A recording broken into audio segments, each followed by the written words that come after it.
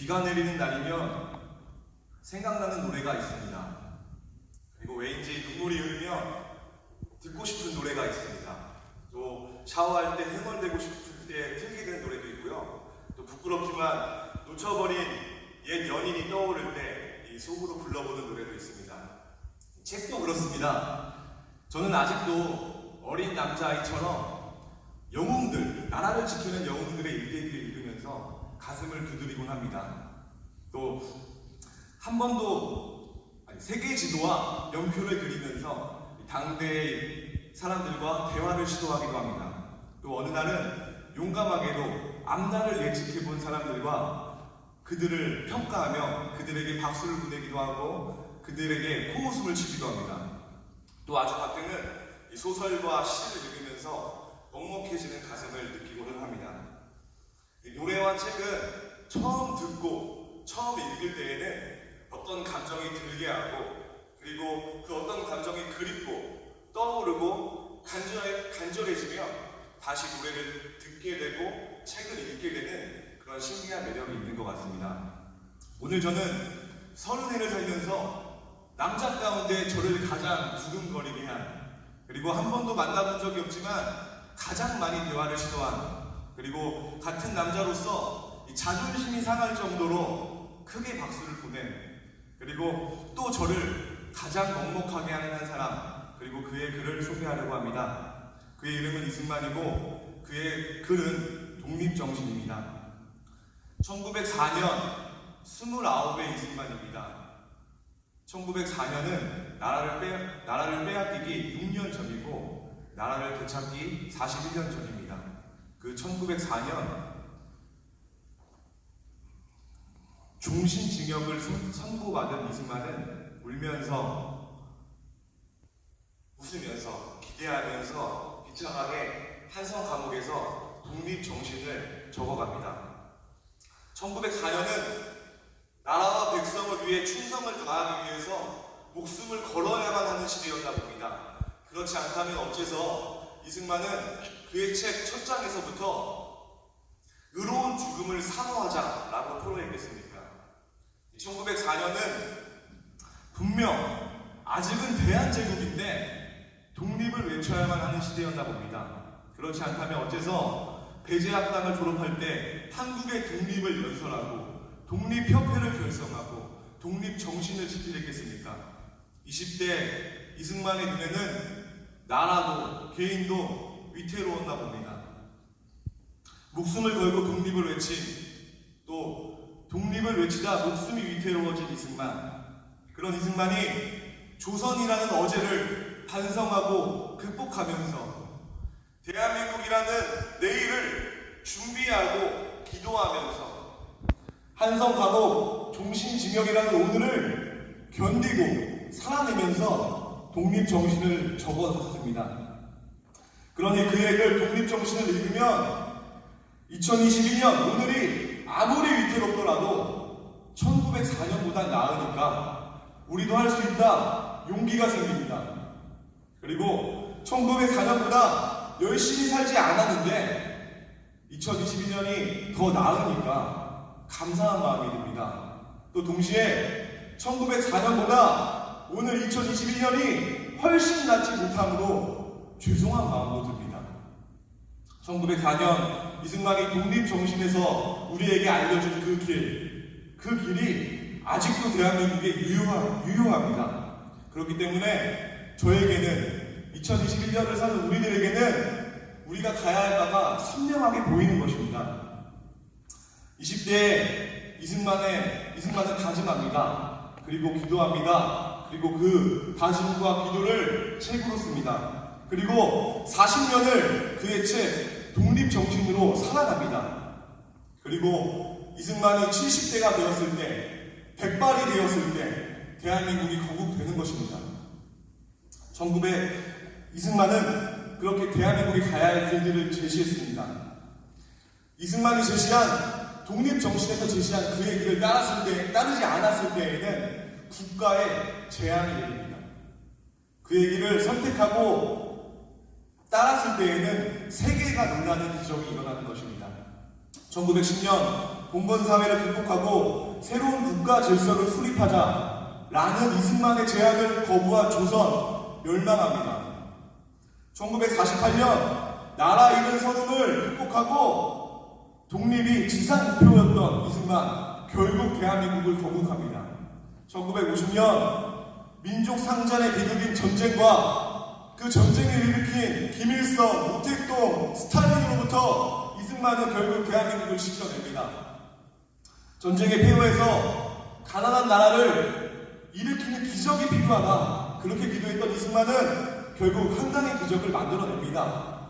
그리고 독립정신에서부터 적었던 민주주의, 결국 이 나라의 기틀이 되었습니다. 이렇게 2021년 눈부시게 변모한 대한민국입니다. 이승만은 기뻐할까요? 저는 그저 기뻐할 것 같지 않습니다. 이승만은 나라를 빼앗긴 1910년 침통한 백성들 앞에서 오히려 기쁨을 선포했습니다. 비록 나라는 잃었지만 왕이 없어졌다, 양반이 없어졌다, 상투가 없어졌다, 그렇게 백성들을 위로했습니다. 이승만은 나라를 건국하고 지켜냈을 때 화루하는 백성들 앞에서, 국민들 앞에서 분단의 고통과 수치를 설명합니다. 비록 나라를 건국하고 지켜냈지만 우리 국토의 절반의 국민이 김일성에게 당할 요린, 그걸 생각하면 가슴이 아파서 슬퍼한 것입니다. 어찌 나라를 잃을 때 슬퍼하지 않았겠습니까? 어찌 나라를 건국하고 지켜낼 때 기쁘지 않았겠습니까? 그러나 이승만은 누구처럼, 그냥 필구처럼 마냥 슬퍼할 수도 없었고 마냥 기뻐할 수도 없었습니다. 그에 대한 저의 생각이 웅장하고 슬프고 비참하고 찬란한 이유가 이런 이유인 것 같습니다.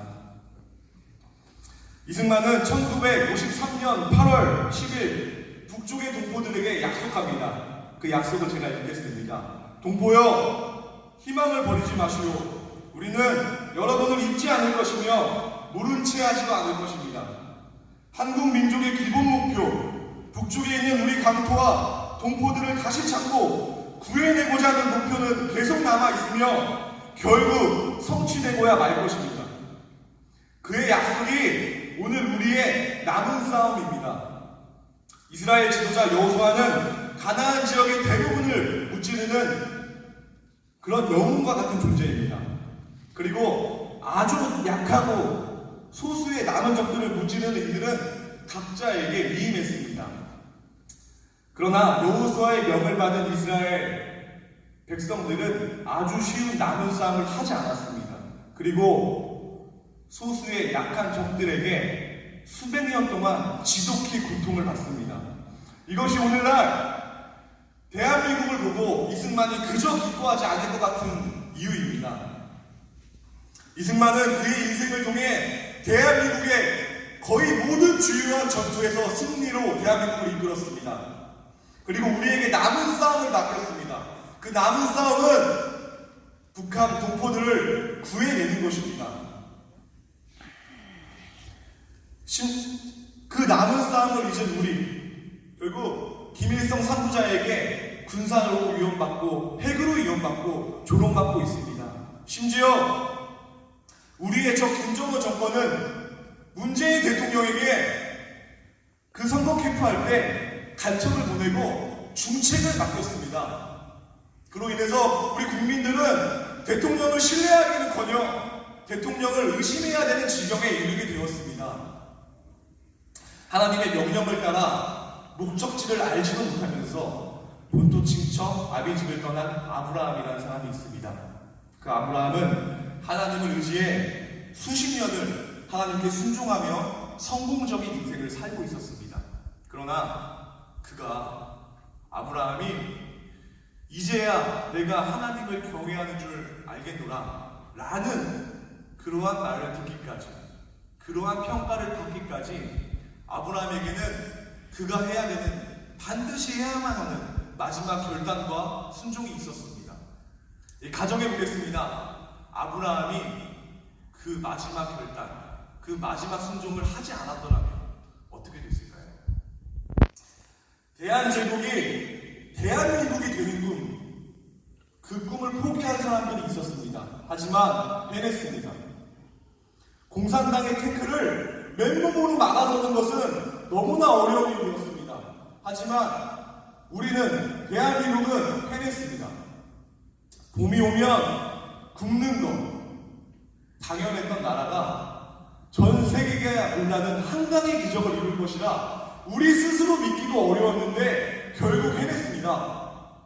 군주주의에서 민주주의까지 오는 그 길에 수많은 눈물도 흘렸습니다. 하지만 결국 해냈습니다. 통일이 불가하다, 어렵다, 차라리 지금이 낫다. 아닙니다! 할 수 있습니다. 지금까지 해왔던 것처럼 반드시 할 수 있습니다. 이 땀과 눈물과 피가 없었다면 다다를 수 없는 것, 동시에 하늘의 도움이 없었다면 도저히 얻어낼 수 없는 성취, 그 성취를 저는 기적이라 부릅니다. 그래서 누군가는 대한민국을 하나님의 기적이라 고백한 것 같습니다. 이승만의 독립정신에서 제시한 그 길은 아직도 우리가 가야 할 길입니다. 사랑하는 조국, 대한민국에게 허락된 자유, 신앙, 헌법, 번영이 한반도 전체에 흐르면 좋겠다 라는 꿈.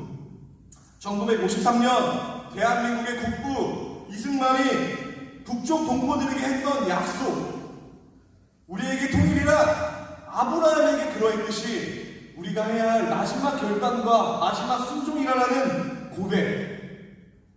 2021년 우리 모두에게 남겨진 남은 싸움을 여러분들 앞에서 고백하는 이 순간, 또 만군의 여호와, 만왕의 왕, 나의 하나님께 경례로 마무리하며 마치겠습니다.